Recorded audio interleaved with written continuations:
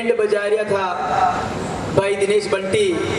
इनको यह पता है कि यहाँ बैठे हुए कई लोगों ने भी कई लोगों का बैंड बजा दिया है और मैं उसका भुगतभोगी प्रमाण हूँ। मैं 19वां हूँ, मेरा भी बैंड बजा है। एक बार जोरदार तालियां बजाएं आप बैंड के बारे में। ये समझ में आती थी कि सब पता है कि ये जिम्मेदार लोग हैं। ये जो बजा रहे हैं ना, ये उगड़ी से पूरे वो 40 में ढूंढ रहा हूँ, अभी तक मुझे नहीं मिले हैं। मैं बहुत बहुत आभारी हूँ इन लोगों का कि मुझे इस मुकाम पे खड़ा किया इन लोगों ने। वो हमारे शरीफ साहब को तो बहुत शराफत से हंसी इसलिए आ रही है कि इन सबको पता है कि आखिर इसके पीछे किसका हाथ है। आइए, हम सब आनंद का विषय है, कवि सम्मेलन लोकरंजन का विषय है, हंसने हंसाने का विषय है, लेकिन उससे ज्यादा जरूरी समझते हैं कि राष्ट्रभक्ति का है। हम यहाँ राष्ट्रवाद का और राष्ट्रभक्ति का संगनाद करना चाहते हैं या थोड़ा सा माहौल बदलना चाहते हैं। आपने इतनी देर से हंसी ठहाके लगाए हैं, थोड़ा सा चिंतन आपका चाहते हैं, आपकी चेतना चाहते हैं, एक थोड़ा सा वातावरण बदलना चाहते हैं। और मैं एक ऐसी शख्सियत को आवाज देना चाहता हूँ जो जयपुर शहर से चल करके पूरे देश में ये बात इस अंदाज में कहते हैं, इस अंदाज में आप तक पहुंचते हैं, जिसकी आज यहाँ उनका आना हमारे लिए दो फायदे हैं। एक तो जयपुर शहर में उनका बहुत बड़ा इंस्टीट्यूशन कोचिंग है, जिनका जिक्र पहले किया गया है। हमारे यहाँ बैठे हुए उनके स्टूडेंट भी हैं, भीमगढ़ से गए हुए वहाँ कोचिंग करके आए हैं और वो लाभान्वित हुए हैं। इसलिए मैं एक बार जोरदार आपसे निवेदन करता हूँ कि उनके सम्मान में तालियां बजाएं और सुन के बजाएं, अभी नहीं। आपने कही आदत है थोड़ी बेगम कड़ाई ने मेला जी पहली थाली बजा पाई उन्नी बाबा तो तेल ने। और मैं ये जो जा रहे हैं इनसे उम्मीद करता हूँ कि ये जरूर वापस आएंगे। आज की रात तुम उस तरफ जाओगे तो भी तुम्हारे को वो नहीं मिलेगी और यहाँ भी रहोगे तो भी नहीं मिलेगी, क्योंकि वो नहीं आई है जिसकी तलाश में तुम यहाँ आए हो। और फंसे हुए सभी श्रोताओं को मैं प्रणाम करता हूँ जो जबरदस्ती फंसाए गए हैं और वो हारनी से एक आ रहा था और 2 को लाए हैं। अब उसका मन नहीं कर रहा है कि तू झूठ बोल लायो, गोरी ना आची हमारे हीरो के बात दिया आई, अब थोड़ी देर बाद आई। पहली गजेंद्र कविया आई, बच्चे आपने मंच पे बैठी थी कि अकेली गोरी, और वो कालजयी कविता लिखने वाली, गीत लिखने वाली माँ बागेश्वरी की बेटी आप तक पहुंचेगी। उससे पहले मैं आपको एक कवि सौंपना चाहता हूँ जो बहुत ही बौद्धिक, मौलिक और सात्विक कवि हैं। और कहना यह चाहता हूँ केवल उनके सम्मान में, जो लोग उधर कोने में खड़े हैं पानी की टंकियों के पास, पानी पी लें। जो लोग प्राकृतिक पीड़ाओं से मुक्त होने गए वो जल्दी से निजात पाकर वापस आए, और जो लोग निजात नहीं मिल रहा है वो कष्ट सह करके भी वापस आ जाएं। थोड़ी देर बाद में सुखद जानकारी उनको मिल जाएगी।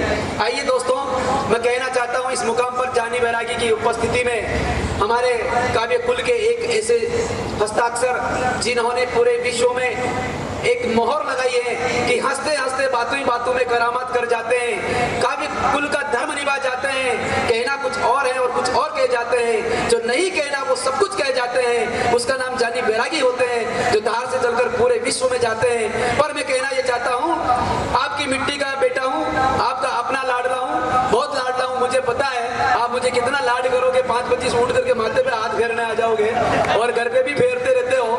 मैं बहुत लाडका हूँ आपके, और मैं एकमात्र इकलौता इस गांव के लाडका हूँ जिसको जब भी प्रयोग करना था, फंसाना होता है, ललकार जी फंसो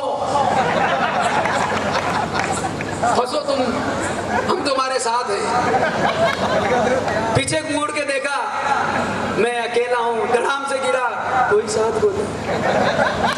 मैं तुम्हें क्यों बेली, तुम मत कर आगे, तो हमारी तो आदत है फंसबा की ना आपकी है फंसाबा की। फिर भी वहां से मैं माहौल निकाल के लाता हूँ कि भारत भूखी मुक्ति मंत्र के गायक थे। कविया जी को आमंत्रण देता हूँ, इन पंक्तियों के साथ वो जीते हैं। आरुषि जी बैठी है इस मंच पर। तब कहना चाहता हूँ दोस्तों, आपकी जीवन चेतना चाहता हूँ कि आप राष्ट्र को कितना प्यार करते हैं, इस मेवाड़ की माटी का कितना प्रमाण देते हैं। और जो लोग कान में कान्युमान्युपुर कर रहे हैं, कान्युमान्युपुर, वो भी जागृत हो जाए। कान्युमान्युपुर जो भी कोई है यहाँ के बेम है, सुनिए। भारत भूखी मुक्ति मंत्र के गायक थे, आजादी के अपराजित काल विधायक थे। भारत भूखी मुक्ति मंत्र के गायक थे, आजादी के अपराजित काल विधायक थे, आजादी के अपराजित काल विधायक थे। अरे आजादी के अपराजित काल विधायक थे, जिनके भाले को हिमगिरी ने झुककर किया नमन। अरे रणबांकुरों ने रण में सदा किया उनका अनुगमन, जिनके भाले को हिमगिरी ने